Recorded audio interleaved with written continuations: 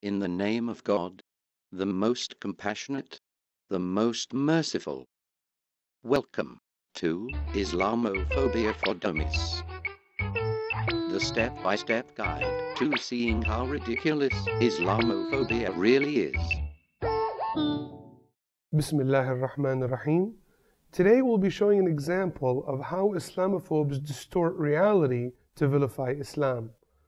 KFC Australia suspended an employee for his reaction to an abusive and offensive customer. Now, the employee definitely deserves the suspension, but he also deserves the benefit of the doubt because he wasn't the aggressor.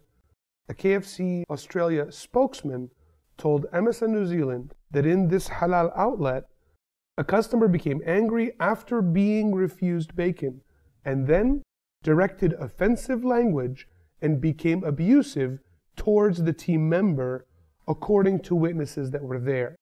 Someone then adds injury to insult by trying to record this employee, who gets very angry, not about bacon, but about the fact that he's being recorded.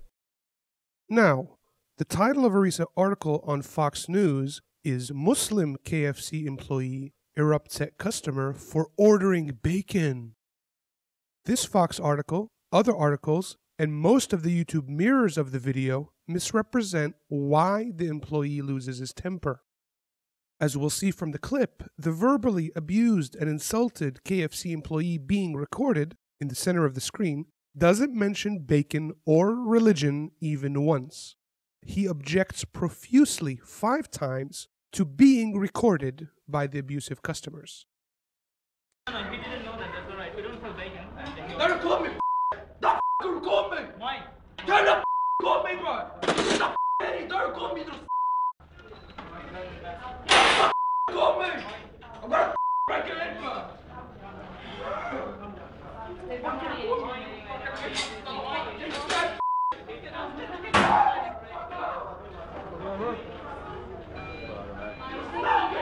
Let's go. To vilify Islam, people are assuming that the employee is a Muslim because it's unclear from the video and from KFC's statement. How do you know this kid's a Muslim? I mean, did you see him praying out the back? Did he scream Allahu Akbar? And even if he did, that still doesn't make him a Muslim. Did he give you change with the Quran? I mean, how do you know this kid is a Muslim? We contacted the KFC spokesman and he said that the employee's religion hasn't been released, so Fox News and anyone claiming that the employee is a Muslim has absolutely no evidence. More importantly, how can anyone in their right mind claim this has anything to do with his religious feelings about bacon? This is about an offensive customer being abusive to a KFC employee and that employee refusing to have any more of that abuse recorded on video. An Australian news report suggests that this could be something even worse. Like KFC that cater for their needs are under attack. Customers armed with video cameras are taunting Muslim staff members until they reach breaking point. James Thomas reports on a shocking new trend. Don't record me, don't record me! Why? Don't record me, bro! Don't record me, Somebody asked for a bacon on their food product, and the person working at the store went quite ballistic as a result of that. That's a lie. The KFC employee went ballistic when he thought the abusive customers were trying to record some more of this abuse. There's a saying that a picture tells 1,000 words. This picture could tell 10,000 words, 9,000 of which we haven't seen. This video has ignited a mighty row. On the face of it, the KFC employee has just abused a customer. But what did the customer say to the worker to provoke such an outburst? A statement from KFC infers that the staff member was also abused with offensive language by a customer upset because the store didn't have what the customer wanted. KFC don't condone his response and are investigating.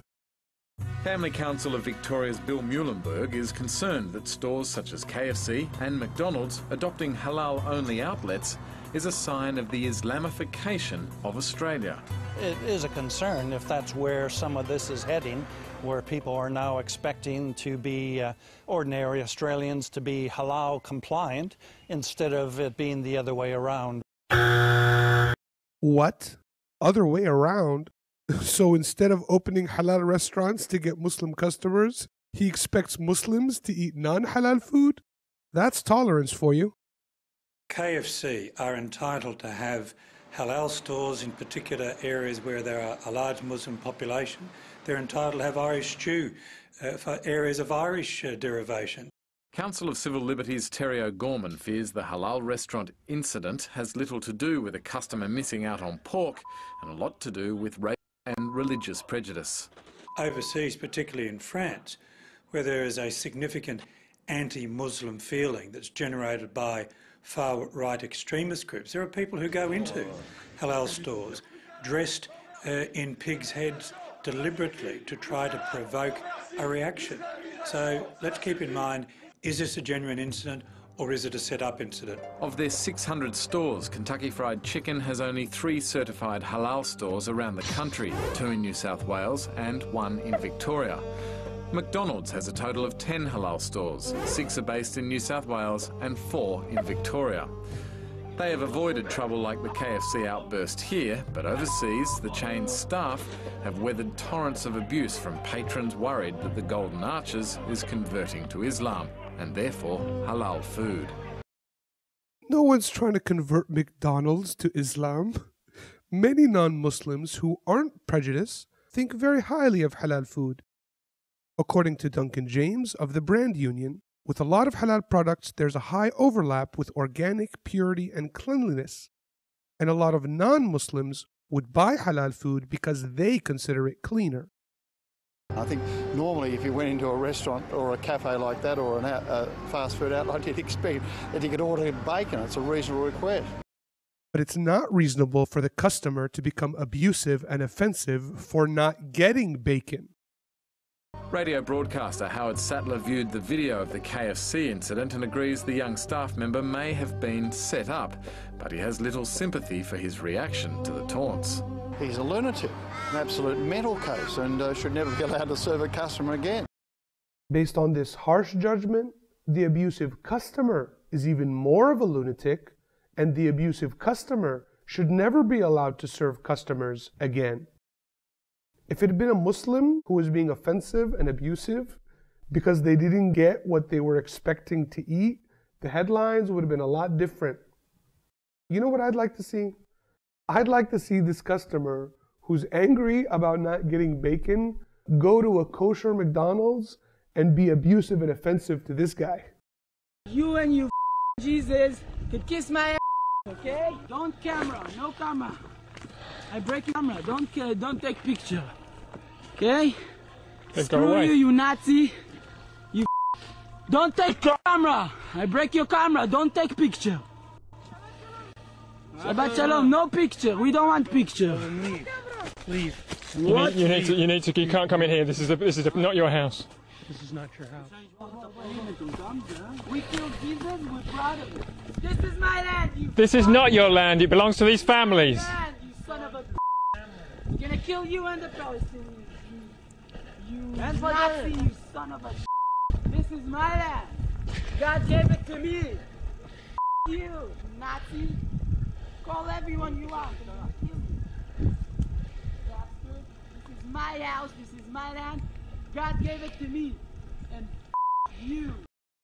The KFC employee's reaction was not religiously motivated. The Israeli settlers' reaction was very religiously motivated. This is exactly the media hypocrisy that we're talking about.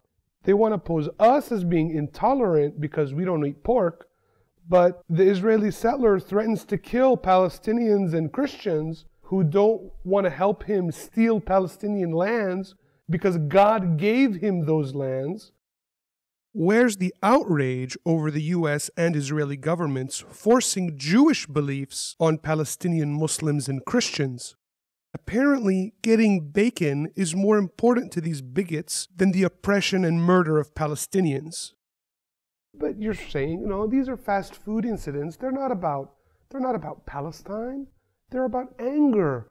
Anger over not being able to order bacon, right? People can't really be so prejudiced against Muslims that they're afraid of halal food, can they? Are Muslims taking over our food supply? Is it any coincidence that bananas are crescent-shaped? This is the Muslim Threat Down. Observant Muslims can eat only food that is halal. It's like kosher, only in no way kosher. Muslim threat number dos, soup. Right-wing blogs are reporting that Campbell's has a line of halal soups. Pam Geller, who also raised the alarm against the Ground Zero Mosque, called for consumers to boycott Campbell's. Even our supermarkets aren't sacred. How dare they construct a tower of Islamic soup so close to ground beef? It's offensive. It's offensive. This boycott hits me particularly hard because I am heavily invested in Campbell's stock. So instead, I am calling on Campbell's to balance their pro-Islam soups with soups that are offensive to Muslims. Instead of chicken and stars, it'll be pork and cartoons of Mohammed. Oh, they called me crazy when I said baby carrots were trying to turn me gay? Well, now carrot soup is trying to turn me Muslim. So let's see the real news about Campbell's halal soup controversy. Campbell's Soup was selling halal-compliant soups in Canada when a conservative American blogger took note and called for a boycott of Campbell products. Campbell's Soup now says it has no plans to offer halal soups in America, meaning Campbell will not get a piece of the nearly $200 billion market to sell to American Muslims. I think this whole thing is just a manufactured controversy. Campbell's, like any company, should be able to make their business decisions based on their bottom line. And in this case, Pamela Geller and her group are just taking this as an excuse, even a dietary accommodation they find to be threatening, and they're trying to whip up fear about Muslims in this country. I think the boycott is done, and I might choose to boycott Campbell's because they have caved to this boycott, if that's what they've done. And I think it's important to keep in mind here that if the market is indeed as big as what you say, if Campbell's have just announced that they're not going to enter this niche market for halal soup, that sounds to me like a great opportunity for an entrepreneur to say, hey, the market leader of soup has just declared they're not going to get into this niche. That's an opportunity for me to supply these products to an apparently large and growing market. Thank goodness the rest of our grocery shelves are safe. Wrong, because Muslim threat number one is cereal. Right-wing blogs have also discovered that the prize at the bottom of our breakfast cereal may just be jihad. Because in the United Kingdom, Kellogg's makes over 25 halal cereals. Some of you out there are asking, Stephen, can accidentally eating halal food make you Muslim? Yes. The funny thing is that almost everything in the 4 food groups is already secretly halal. Fruits and vegetables, grains, dairy products, fish, beans, nuts, eggs, Coca-Cola, water. Islamophobes, eat your hearts out. And one blog asks, are their U.S. products secretly halal? Certainly, some of their more high-fiber offerings have declared a fatwa on my colon. If this trend continues, ladies and gentlemen, pretty soon the new slogan for tricks will be Silly Rabbit, tricks are for puppets of the Zionist state. In conclusion, Islamophobes will distort anything, even their own love for bacon, in their ridiculous fear-mongering crusade against Muslims, which explains the origin of the expression bacon brains, which is a clownish blockhead. Critics of Islam want to take offense that fast food companies want to sell halal food to Muslims, and their morality allows them to abuse and offend fast food employees if they can't order bacon. I don't see them protesting kosher restaurants or vegetarian restaurants. They're putting on their pig hats and instigating trouble at halal restaurants on purpose. The KFC employees' reaction wasn't on purpose. Halal restaurants are very successful in Muslim communities. I get it. These Islam bashers are jealous that the Muslim market is such a viable segment.